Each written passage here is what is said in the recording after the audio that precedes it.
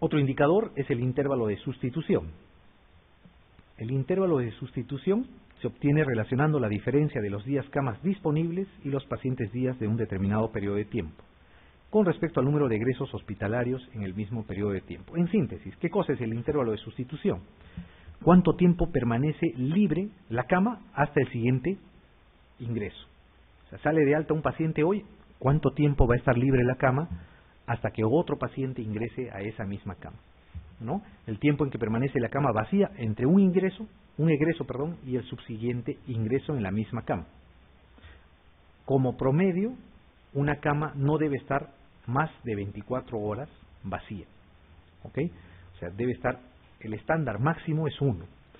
Si tienen un intervalo de sustitución mayor a 1, significa que no están usando adecuadamente las camas. ¿Ok? No están dándole el uso adecuado. Muy bien, vamos a contestar entonces las preguntas. Dice la 23. En un hospital hipotético, se ha producido durante un mes 1000 ingresos por urgencias, de los cuales 200 fueron egresados en la UCI, siendo trasladados después a otros servicios. Se han producido en el mismo periodo 2000 ingresos programados. Las estancias generadas en este periodo fueron de 24.000. La estancia normalmente se pone días cama, ¿no es cierto? Señale cuál es la estancia media de este hospital para este periodo. 8 días, 7.5 días. Falta conocer el número de camas para conocer la estancia media. Falta el número de días del mes para hacer el cálculo. Falta conocer el número de estancias generadas por la UCI.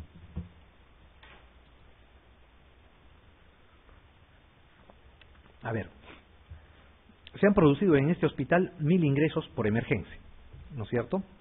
De los cuales 200 fueron ingresados a la UCI, probablemente 800 a los servicios de hospitalización general. Eso no interesa mucho. Ingresaron 1000, eso es lo que cuenta. 1000 han ingresado por urgencias y se han producido en el mismo periodo 2000 ingresos programados, o sea, de consulta externa para cirugía electiva, los que vienen referidos de otros hospitales. Todos esos han sumado 2000 ingresos programados. En total, este hospital ha recibido 3000 ingresos, ¿no es cierto? Estos 3000 ingresos en ese mes han generado 24.000 días cama, ¿no? Así se habla cuando se habla de estancia media, 24.000 días cama. Entonces, ¿cómo hallarían ustedes la estancia media en este hospital, en este periodo? Dividirán los 24.000 días cama que ha habido sobre los 3.000 pacientes que han ingresado. Eso nos da una estancia de 8 días, ¿no es cierto? 24.000 entre 3.000 es 8. Muy bien, la pregunta 24 dice, en un hospital nivel 2.1, o sea, el hospital más chiquito, ¿no es cierto?, el de menor nivel, se encontró un promedio de permanencia de 6 días. Una de las siguientes afirmaciones es correcta.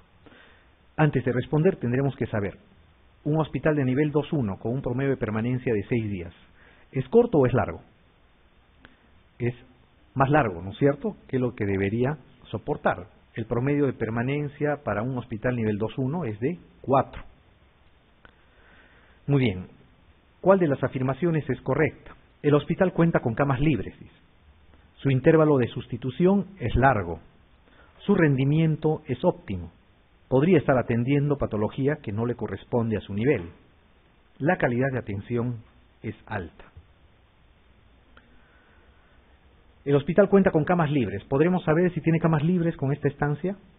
No, pues no tenemos ese dato. Su intervalo de sustitución es largo. ¿Será? Tampoco. Recuerden, el intervalo de sustitución es el periodo de tiempo que permanece vacía la cama entre paciente y paciente. Su rendimiento es óptimo. Si tiene 6 días de hospitalización, se está quedando más de la cuenta del paciente. El promedio es 4. El rendimiento por cama va a ser menor ya también en este paciente. Eso es falso.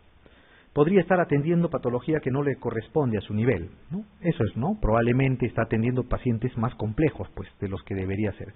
¿Qué debe hacer este hospital para mejorar eso? tiene que referir esos pacientes. Si un paciente es más complejo que el que corresponde al nivel de atención, este paciente debe pasar al siguiente nivel de atención. La calidad de atención es alta, no se puede saber con ese dato frío, ¿no? Muy bien, la pregunta 25 dice, el porcentaje de ocupación de las camas hospitalarias debe ser mayor al 70%, mayor al 80%, no menor de 90%, no menor al 75% o mayor al 85%. El porcentaje de ocupación, ¿cuál debe ser? No menor de 90%, ¿no es cierto? No menor de 90%. O sea, es lo mínimo que se puede esperar. La pregunta 26 dice, el tiempo en que permanece la cama vacía entre un egreso y el siguiente ingreso, ahí falta, ¿eh? Y el siguiente ingreso, tienen que poner ahí, en la misma cama se denomina promedio de permanencia, concentración de uso, tasa de reingreso, porcentaje de ocupación o intervalo de sustitución. ¿Cuál será?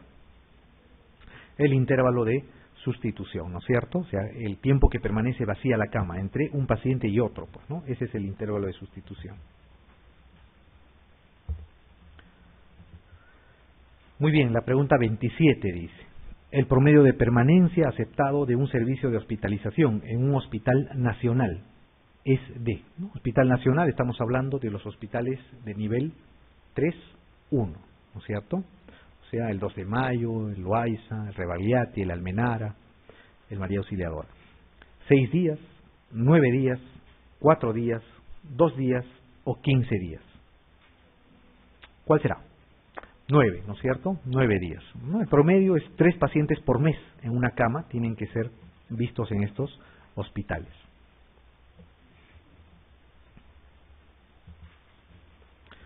Muy bien. Así como hay indicadores de hospitalización, de emergencia, hay indicadores de centro quirúrgico. Los indicadores de centro quirúrgico básicamente lo que miden es la producción de centro quirúrgico. Un indicador es el rendimiento de sala de operaciones. Como dice acá, es la relación del número de intervenciones quirúrgicas realizadas y el número de salas de operaciones del establecimiento de salud en un determinado periodo de tiempo. Mide el número promedio de intervenciones quirúrgicas realizadas por cada sala de operaciones. O sea, ¿cuántas operaciones ha producido una sala de operaciones determinada? Eso mide el rendimiento de sala de operaciones. ¿Cómo se halla el número de intervenciones quirúrgicas ejecutadas sobre el número de salas de operaciones? Ojo, cuando les hablan de rendimiento de sala de operaciones, toma en cuenta el número de sala de operaciones operativamente, o sea, que están funcionando, ¿no? Funcionantes. ¿Por qué?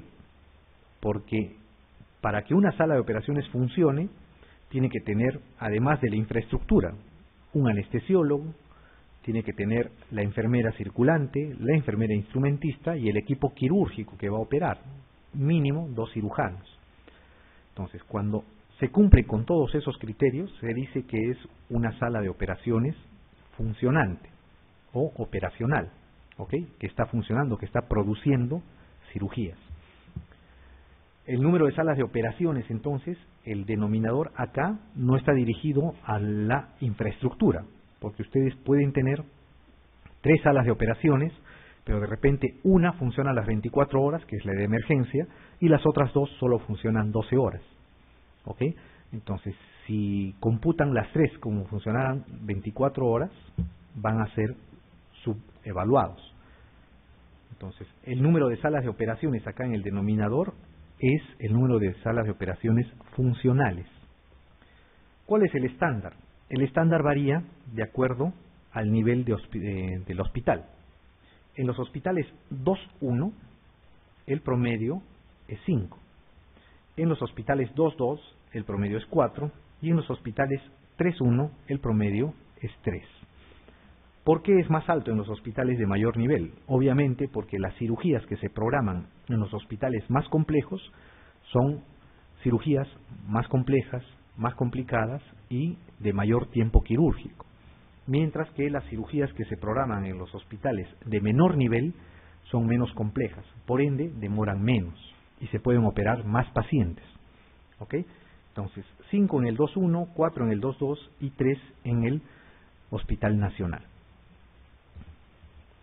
Otro indicador de centro quirúrgico es el porcentaje de operaciones suspendidas. Es el porcentaje de cirugías suspendidas con respecto a las cirugías programadas. ¿Ok? Ojo, las programadas. No tienen que ver acá las cirugías de emergencia, sino las cirugías electivas nada más. ¿Cómo se halla? Dividiendo el número de intervenciones quirúrgicas suspendidas sobre el número total de intervenciones quirúrgicas programadas por 100, o sea, es un porcentaje nada más. Sea cual sea el nivel hospitalario, el porcentaje de operaciones suspendidas no debe superar al 5%. ¿Ok? No debe superar al 5%. Si es que las cirugías suspendidas están siendo más del 5%, probablemente es porque están siendo mal programadas. O sea, pacientes que no están preparados adecuadamente, no tienen todos sus exámenes completos, no han sido bien evaluados en el preoperatorio o en un hospital de menor nivel están programando cirugías que no le corresponden y por eso se suspenden antes de realizar el acto quirúrgico. La otra razón es porque el tiempo operatorio de una cirugía se prolonga excesivamente y por eso se suspenden el resto de las operaciones. Si esa realidad se da de manera reiterativa, es probable que el hospital esté programando cirugías más complejas que las que debería operar y por ende también está produciendo o está aumentando su porcentaje de cirugías que se suspenden.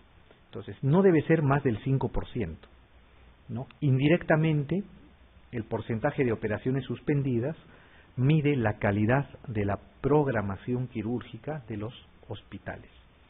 Nunca debe ser más del 5%. Dentro de ese 5% están los imponderables, pues, ¿no? Que se le suba la presión a un paciente, que presente una crisis de hiperglicemia, si es diabético, que por ahí tenga algún resfrío o tenga alguna intercurrencia. ¿Okay? Ese 5% cubre esas posibilidades. Muy bien. La pregunta 28 dice: el porcentaje de intervenciones quirúrgicas suspendidas en centro quirúrgico no debe ser mayor a... ¿Cuál será? ¿10%, 8, 12, 1 o 5%? Dijimos que no debe ser mayor al 5%, ¿no es cierto? Sea cual sea el nivel del hospital. La 29 dice: el rendimiento de sala de operaciones es inversamente proporcional al número de cirujanos, al nivel de complejidad, al número de cirugías programadas, al número de complicaciones, a la cantidad de camas en sala de recuperación posanestesia. El rendimiento de sala de operaciones, o sea, cuántas cirugías hacen por sala de operaciones funcional, ¿no es cierto? Al número de cirujanos, ¿tendrá que ver o no? O sea, a mayor número de cirujanos, ¿habrá menor rendimiento? No tiene que ver el número de cirujanos, ¿no es cierto? El número de cirujanos es estándar. En general en cirugía, bueno, hay una clasificación quirúrgica de las cirugías en cirugías de tipo A, B, C y D, ¿no? En las cirugías D entra un cirujano, en las cirugías C y B pueden entrar 2, en las cirugías tipo A deben entrar 3 cirujanos, por lo general.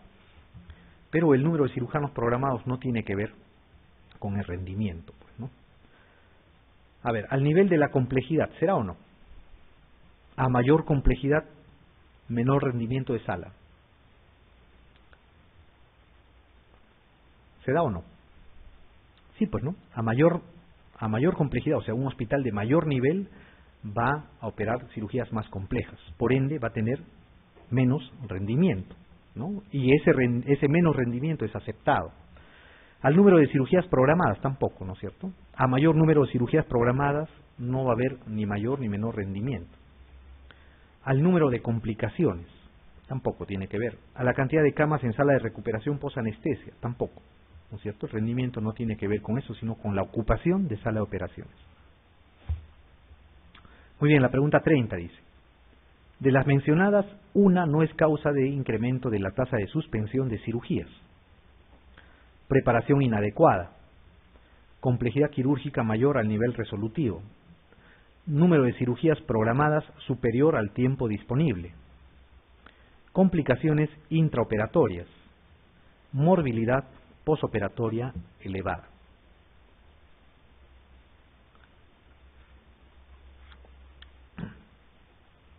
Una dice no es causa de incremento de la tasa de suspensión de cirugía o de cirugías. A ver, una preparación inadecuada, ¿aumentará la tasa de suspensión de las cirugías o no? Sí, ¿no es cierto? El paciente de repente llega, no sé, pues sin riesgo quirúrgico, llega sin exámenes, obviamente va a ser suspendido. Complejidad quirúrgica mayor al nivel resolutivo. También lo programan, no sé, una gastrectomía en un hospital de nivel 2-1. Entonces van a demorar un montón de tiempo y las otras cirugías las van a suspender. Y si eso se hace reiterativo, va a aumentar o va a incrementarse la tasa de suspensión de cirugías. Número de cirugías programadas superior al tiempo disponible. También, ¿no es cierto? Tienen 6 horas de sala de operaciones funcional y, por ejemplo, el estándar en una cirugía de vesícula es 2 horas por cirugía. Pero el cirujano se cree rápido y programa 4. Probablemente va a suspender 1, porque 2 horas cada cirugía le alcanza tiempo para 3, ¿no es cierto? Entonces, el promedio va a hacer que se suspendan las operaciones que siguen. Entonces, el número de cirugías programadas superior al tiempo disponible es una causa de suspensiones, de tasa de suspensión elevada. Complicaciones intraoperatorias. ¿Será o no? Sí, pues, ¿no? Un sangrado, por ejemplo, dentro de una cirugía va a implicar un mayor tiempo quirúrgico. La morbilidad posoperatoria elevada no tiene que ver con las suspensiones, pues, ¿no? No tiene que ver con las suspensiones. Todo lo que implique preparación prequirúrgica o estado preoperatorio puede incrementar la tasa de suspensión de cirugías. El posoperatorio no tiene absolutamente nada que ver. Muy bien, esos son los principales, digamos, los principales indicadores de los servicios de salud. Ahora, los servicios de salud, como tal, que hacen una gestión, generan atenciones, generan servicios de salud, para generar esas atenciones, esos productos o esos servicios, tienen que tener un suministro adecuado. ¿Ok? ¿Cómo es el suministro hacia un hospital? Toda empresa, sea de servicios o sea de producción de bienes, y los establecimientos de salud no se salvan a eso, tienen una cadena de suministros, se llama. ¿Qué cosa es una cadena de suministros? Una cadena de suministros es una serie de acciones y pasos mediante los cuales los proveedores van a hacer llegar los productos o bienes al usuario final. Por ejemplo, ¿cómo es una cadena de suministros hacia un hospital? Hablemos de simplemente gasas. El fabricante va a producir las gasas, las va a empaquetar, las va a esterilizar. Esa gasa estéril, empaquetada, esterilizada, va a ser transportada al lugar de almacén del fabricante. De ese lugar de almacén va a ser transportado, si es que se compra, hasta el hospital, hasta la farmacia o hasta la unidad de logística, donde va a ser almacenado, y luego de eso se va a dispensar o se va a distribuir a los servicios finales. Y finalmente el paciente lo va a comprar en la farmacia o el personal lo va a usar para el tratamiento de los pacientes. ¿Ok? A eso se llama cadena de suministros. Todo bien o producto tiene esa cadena de suministros que le va a proveer la materia prima para poder dar o servicios o producir bienes. ¿Ok? Entonces, a eso se llama cadena de suministros o cadena logística. Ese es su otro nombre, cadena logística o cadena de suministros. Esta cadena de suministros, cuando va del fabricante al usuario final, se llama así cadena logística. Cuando va del usuario final hacia el fabricante es logística inversa o cadena de suministros inversa. ¿Cuándo se da eso? Cuando el producto retorna del usuario final hacia el fabricante. Por ejemplo, ustedes les compran una, no sé, una jeringa, una crema, ¿no es cierto?, para las quemaduras. Van a la farmacia, compran la crema, la abren y está vacía, está llena de aire. ¿Qué cosa hacen? La devuelven. ¿Qué va a hacer la farmacia? No se va a comer el pleito. La farmacia va a llamar al distribuidor y se lo va a devolver. Ese distribuidor lo llevará al intermediario al fabricante, y finalmente el fabricante va a tener en sus manos este producto mal hecho. A eso se llama logística inversa. Va del usuario al fabricante. ¿Ok? Muy bien. Así como hay logística inversa y logística o la cadena de suministros normal para la proporción especialmente de bienes, ¿no?, fungibles, bienes que se usan, existen, o el Ministerio de Salud, las instituciones que brindan salud, necesitan tener una estructura para su funcionamiento. Necesitan contratar obras, necesitan contratar bienes, máquinas de anestesia, tomógrafos, resonadores magnéticos, etcétera, o servicios, ¿no?, ingenieros que les tracen planos, especialistas en alguna digamos, en alguna parte específica del funcionamiento de hospitales, etcétera. Entonces, cuando van a hacer o van a contratar obras o servicios, o van a comprar bienes que implican un gran desembolso, normalmente se pueden hacer dos cosas: o licitación pública o adjudicación directa, ¿no? El valor referencial es o se da en UITs. 340 UITs es el valor referencial. La UIT actualmente para este año es 3.800 soles. Cuando es mayor a 340 UIT se debe hacer licitación pública, ¿no? El promedio es 1.292.000 nuevos soles. Se puede hacer adjudicación directa cuando el valor referencial es menor a 340 UITs o a 1.292.000 nuevos soles. ¿Qué deben recordar ustedes? Cuando se va a hacer una obra de envergadura grande y va a haber un mayor gasto, se debe hacer licitación pública. Si el gasto es menor, se hace adjudicación directa. Hay un cuadro en los cuales podemos identificar los procesos de selección. ¿Para qué? Para comprar o adquirir bienes, para hacer obras, o adquirir o contratar servicios, ¿no? ¿Cuáles son los tipos de proceso? La licitación pública, el concurso público o la adjudicación directa. Licitación o la licitación pública se usa para bienes o para obras.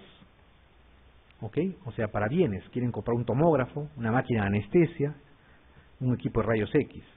O para hacer obras, van a construir una sala de operaciones, van a ampliar la hospitalización, van a remodelar la emergencia, etc.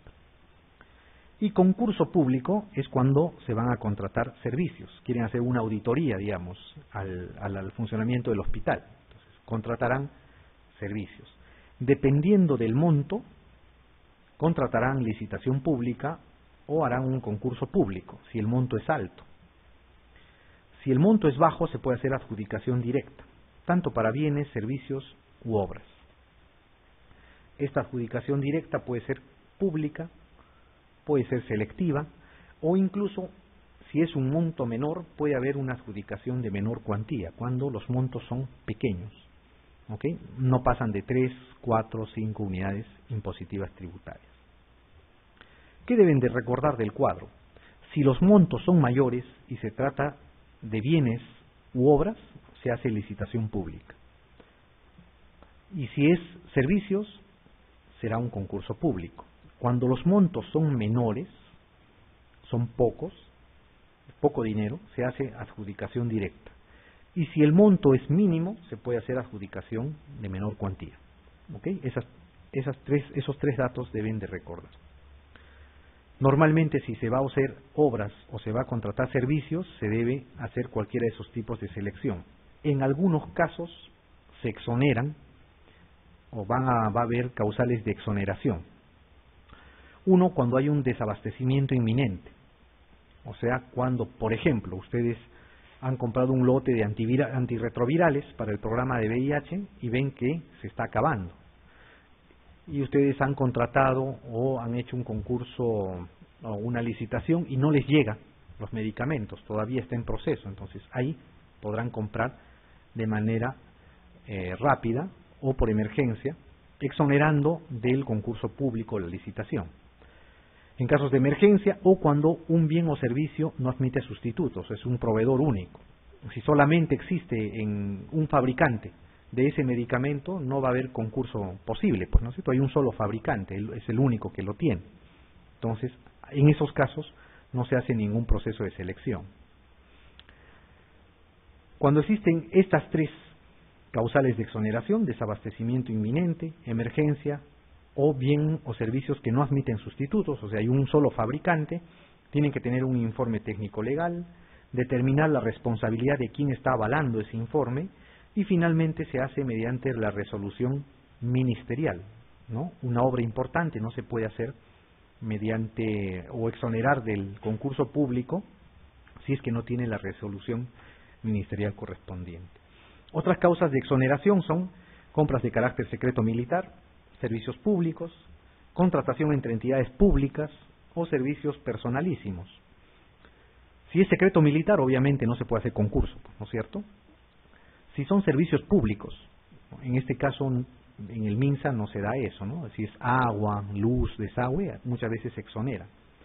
O si hay una contratación entre entidades públicas, el Ministerio de Salud no va a contratar al Ministerio de Defensa, por ejemplo, o el Ministerio de Trabajo no va a contratar al Ministerio de Salud para hacer un estudio de prevalencia de alguna enfermedad, por ejemplo, ¿no? En ese caso no se hace o se exonera esos concursos.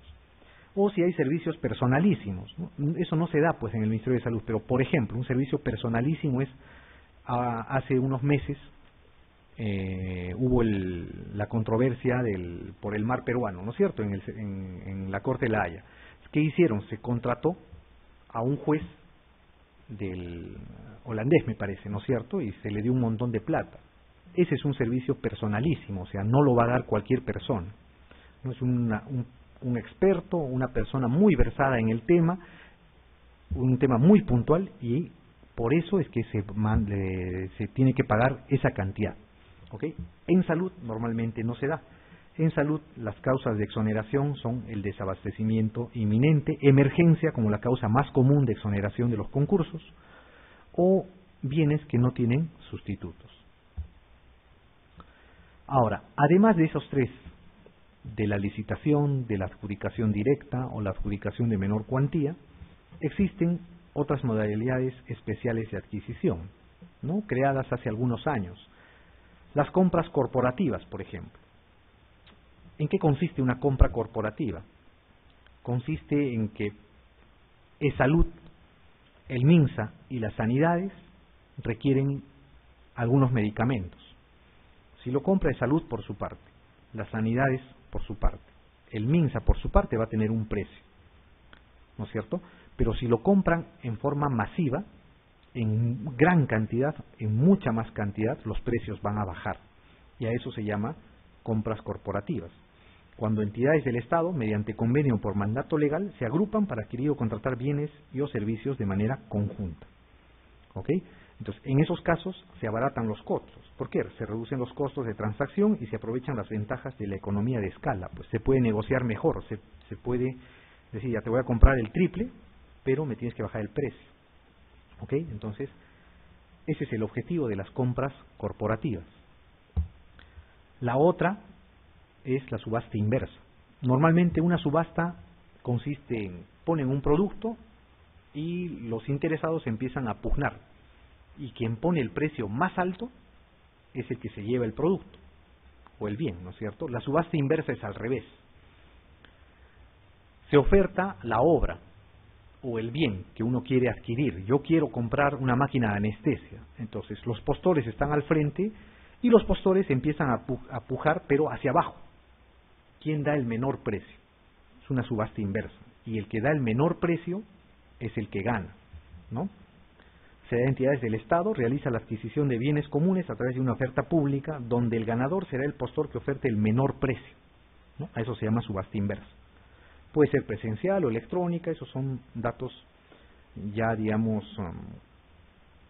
más específicos, ¿no? ¿Cuál es la ventaja? Se ahorra dinero y en teoría hay mayor transparencia, ¿no? Pero principalmente es el ahorro del tiempo y de dinero.